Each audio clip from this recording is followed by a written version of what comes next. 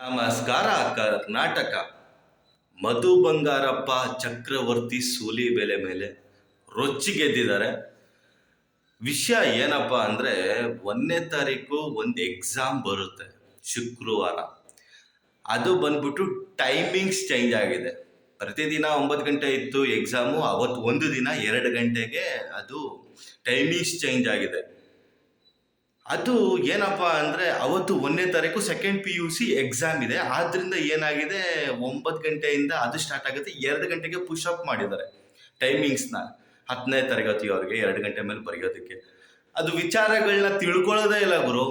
ಮಕ್ಕಳು ಗುರು, ಅವರು ಚಿಕ್ಕ ಮಕ್ಕಳು ಎಕ್ಸಾಮ್ ಬರೀತಿದ್ದಾರೆ, ಅವ್ರ ಮೇಲೆ ನೀವು ವಿಷ ಬೀಜ ಬಿತ್ತಕ್ಕೆ ಹೋಗ್ತಿರಲ್ಲ, ಸರಿ ಇಲ್ಲ ಗುರು. ಮಕ್ಕಳು ಮುಂದೆ ಬಂದ್ಬಿಟ್ಟು ಜಾತಿ ಧರ್ಮ ಇವೆಲ್ಲ ತರಬೇಡ್ರಿ ಗುರು. ಯಾಕೆ ಒಂಚೂರು ಕಾಮನ್ ಸೆನ್ಸ್, ಏನು ಮಾತಾಡ್ತಾ ಇದ್ದೀನಿ, ಏನು ಟ್ವಿಟ್ ಮಾಡ್ತಾ ಇದ್ದೀನಿ, ಒಂಚೂರಾದ್ರೂ ಯೋಚನೆ ಮಾಡಬೇಕಲ್ಲ ಗುರು. ಮಧು ಬಂಗಾರಪ್ಪ ಡೈರೆಕ್ಟಾಗಿ ಸರಿಯಾಗಿ ಹೇಳಿದ್ದಾರೆ. ತಲೆ ಹರಟೆ, ಮಾನ ಮರ್ಯಾದೆ ಇದೆಯಾ ಅವನಿಗೆ? ಯಾವ ಥರ ಟ್ವಿಟ್ ಮಾಡ್ತಿದ್ದಾನೆ ಅವನು? ಏನು ವಿಷ ಬೀಜ ಬಿತ್ತಾ ಇದ್ದಾನಲ್ಲ ಇವರು. ನಿಜ ಅಲ್ವಾ ಗುರು?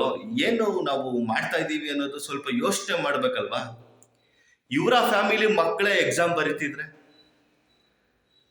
ಒಂಚೂರಾದ್ರೂ ಬುದ್ಧಿ ಬೇಡವಾ ಗುರು? ಏನೋ ಸೋಷಿಯಲ್ ಮೀಡಿಯಾ ಇದೆ ಅಂದ್ಬಿಟ್ಟು ಹೆಂಗಂದ್ರೆ ಟ್ವೀಟ್ ಮಾಡೋದು, ಹೆಂಗಂದ್ರೆ ಹೇಳೋದು, ಏನು ತಿಳ್ಕೊಳ್ಳೋದಿಲ್ಲ, ಏನೂ ಇಲ್ಲ. ಪುಸ್ತಕ ಪ್ರಾಧಿಕಾರದ ಅಧ್ಯಕ್ಷರಾಗಿದ್ರಂತೆ, ದ್ಯಾಸೀಮೆ ಅಧ್ಯಕ್ಷರಾಗಿದ್ರು ಅಂತ ಬೈತಿದ್ರು ಮಧು ಬಂಗಾರಪ್ಪ ಅವರು.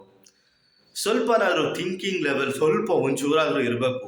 ಮಕ್ಕಳು ಮಧ್ಯೆ ಯಾವತ್ತು ಜಾತಿ ಧರ್ಮ ತರಬಾರ್ದು ಗುರು. ಅದನ್ನ ಸ್ವಲ್ಪ ತಲೆಯಲ್ಲಿ ಇಟ್ಕೋಬೇಕು. Main important. ಮಕ್ಕಳು ಎಕ್ಸಾಮ್ ಬರೀತಿದ್ದಾರೆ, ಅದಕ್ಕೊಂದು ವಿಶ್ ಮಾಡೋಣ, ಒಳ್ಳೇದಾಗ್ಲಿ ಅಂತ ಹೇಳೋಣ, ಏನೂ ಇಲ್ಲ ಗುರು. ಇಂಥ ಕೆಲಸಗಳು ಮಾಡ್ಕೊಂಡು ಓಡಾಡೋದಕ್ಕೆ ಸರಿ. ಒಂದು ವಿಶ್ ಮಾಡಿ, ಒಳ್ಳೇದಾಗ್ಲಪ್ಪ, ಎಲ್ಲರೂ ಚೆನ್ನಾಗಿ ಬರೀರಿ, ಈ ಥರ ಯಾರು ಹೇಳಲ್ಲ. ಇಂಥ ಕೆಲಸ ಮಾಡೋನು ಚೆನ್ನಾಗಿ ಮಾಡ್ತಾರೆ ಎಲ್ಲರೂ. ಒಂಚೂರಾದ್ರೂ ಕಾಮನ್ ಸೆನ್ಸ್ ಇರಬೇಕು ಗುರು ಮನುಷ್ಯನಿಗೆ.